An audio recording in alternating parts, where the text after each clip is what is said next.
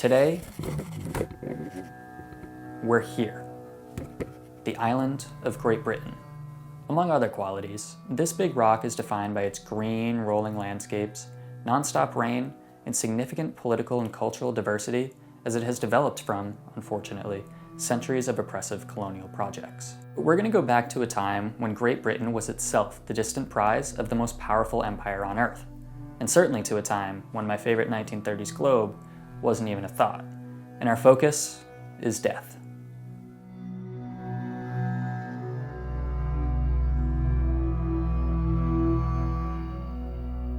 Rome, the Italy-centered power that refused to believe the mysterious land of the northern seas was off limits. During the Gallic Wars, the proconsul Julius Caesar sailed twice to the southern coast of Britain, earning himself a tributary in the native Cadovillani and installing the client king Mandubratius over the neighboring Trinovantes in 54 BCE.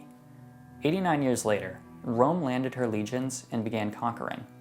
Despite difficulties, namely in the revolt of the Iceni queen Boudica, the pursuit that began under the Emperor Claudius in 43 CE would prove successful.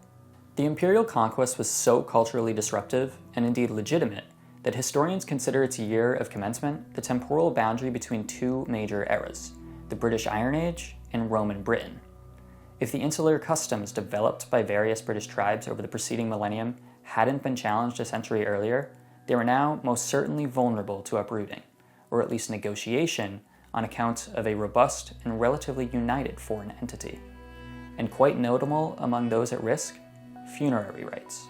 So, how did funerary practices change or remain the same in Britain from the Iron Age to the period of Roman rule? Let's first examine what those native customs were.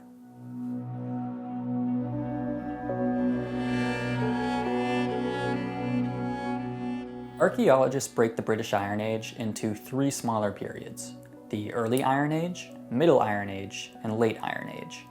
Andrew Lamb notes that in the Early Iron Age, formal inhumation burials superseded the cremation burials dominating the Late Bronze Age in Britain. Largely unaccompanied by grave goods, those deceased left intact were often placed in a flexed or contracted position with their heads oriented northward, possibly in line with Celtic religious beliefs about the stars. It's important to note, however, that disposal practices varied by region and by tribe in the Iron Age, just as they did in the period of Roman rule. Dennis Harding recognizes this diversity in his book Death and Burial in Iron Age Britain, writing that there is an absence of a regular and recurrent burial rite or class of funerary monument during the period.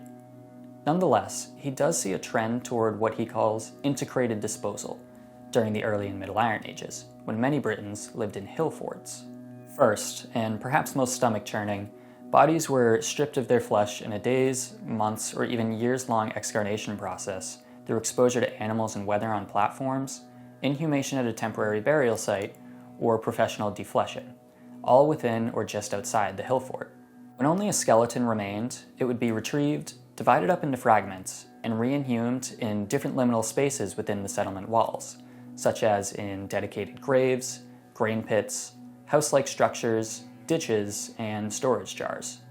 This ritual scattering could also take place in the surrounding fields. All was well as long as they were physically close enough to remain part of the living community. Now, a feast may have been held to mark this final deposition, but reconstruction of post-burial events, Harding says, is necessarily speculative. The record of scattered bones led many 20th century scholars to consider such inhumations as abnormal, casual, or a punishment for social outcasts who didn't deserve a formal cemetery plot. However, Harding and Lamb agree that this approach was the prevailing one in Iron Age Britain, and that its oddity to us is no reason to dismiss it as a secondary or tertiary practice, especially seeing that it is clearly the most attested to.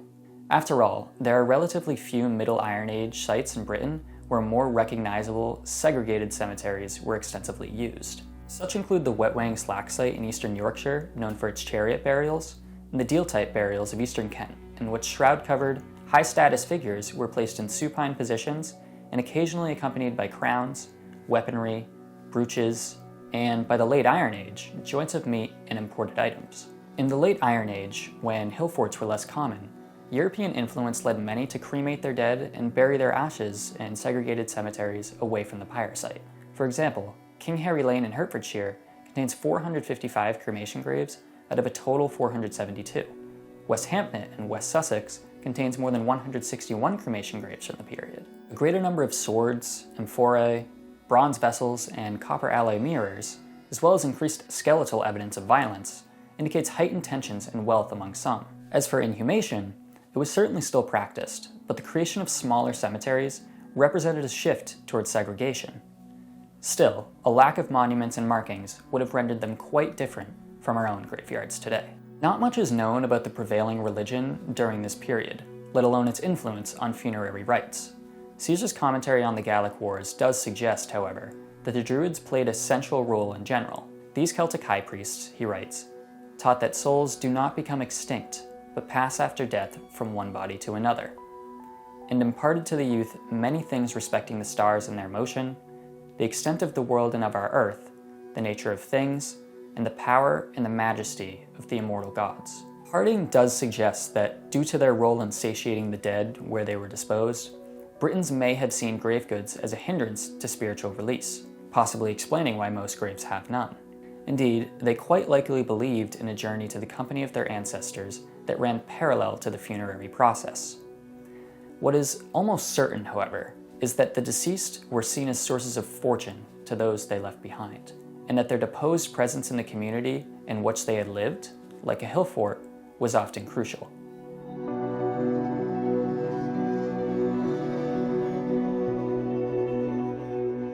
Roman religion and funerary practices are well documented.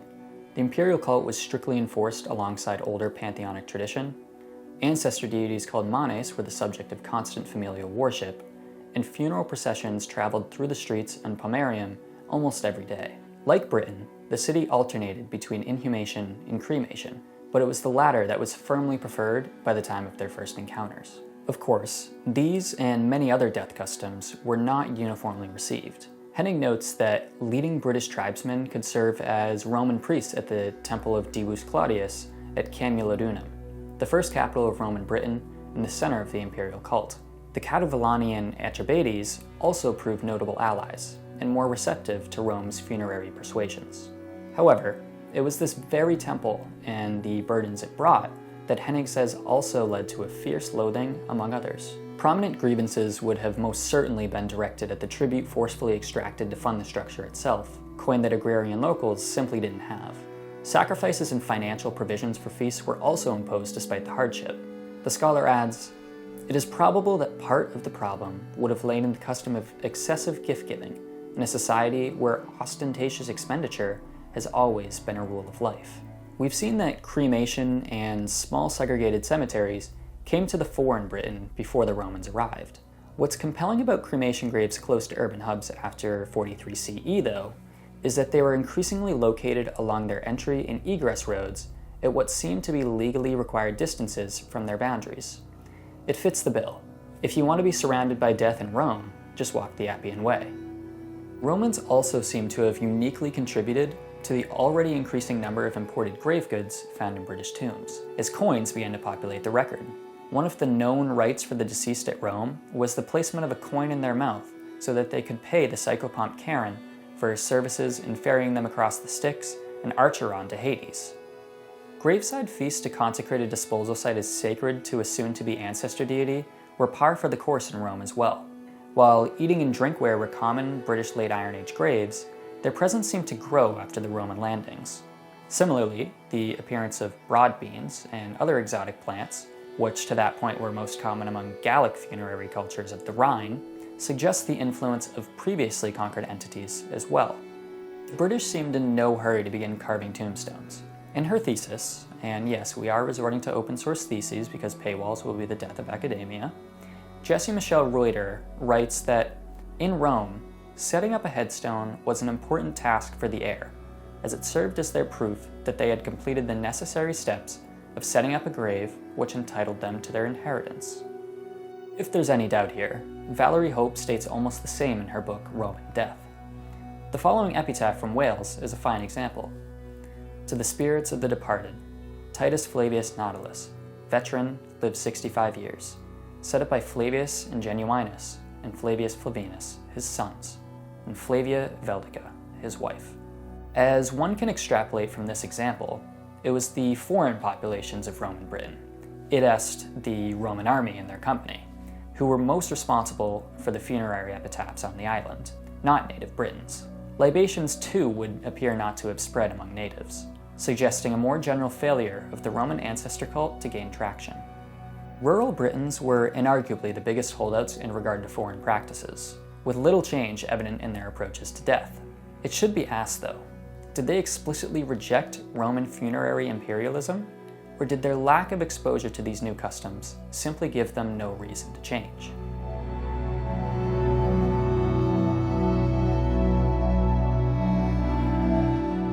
Rome conquered and held a significant portion of British territory for hundreds of years, extending their control to southern Scotland at various points in the 2nd century CE.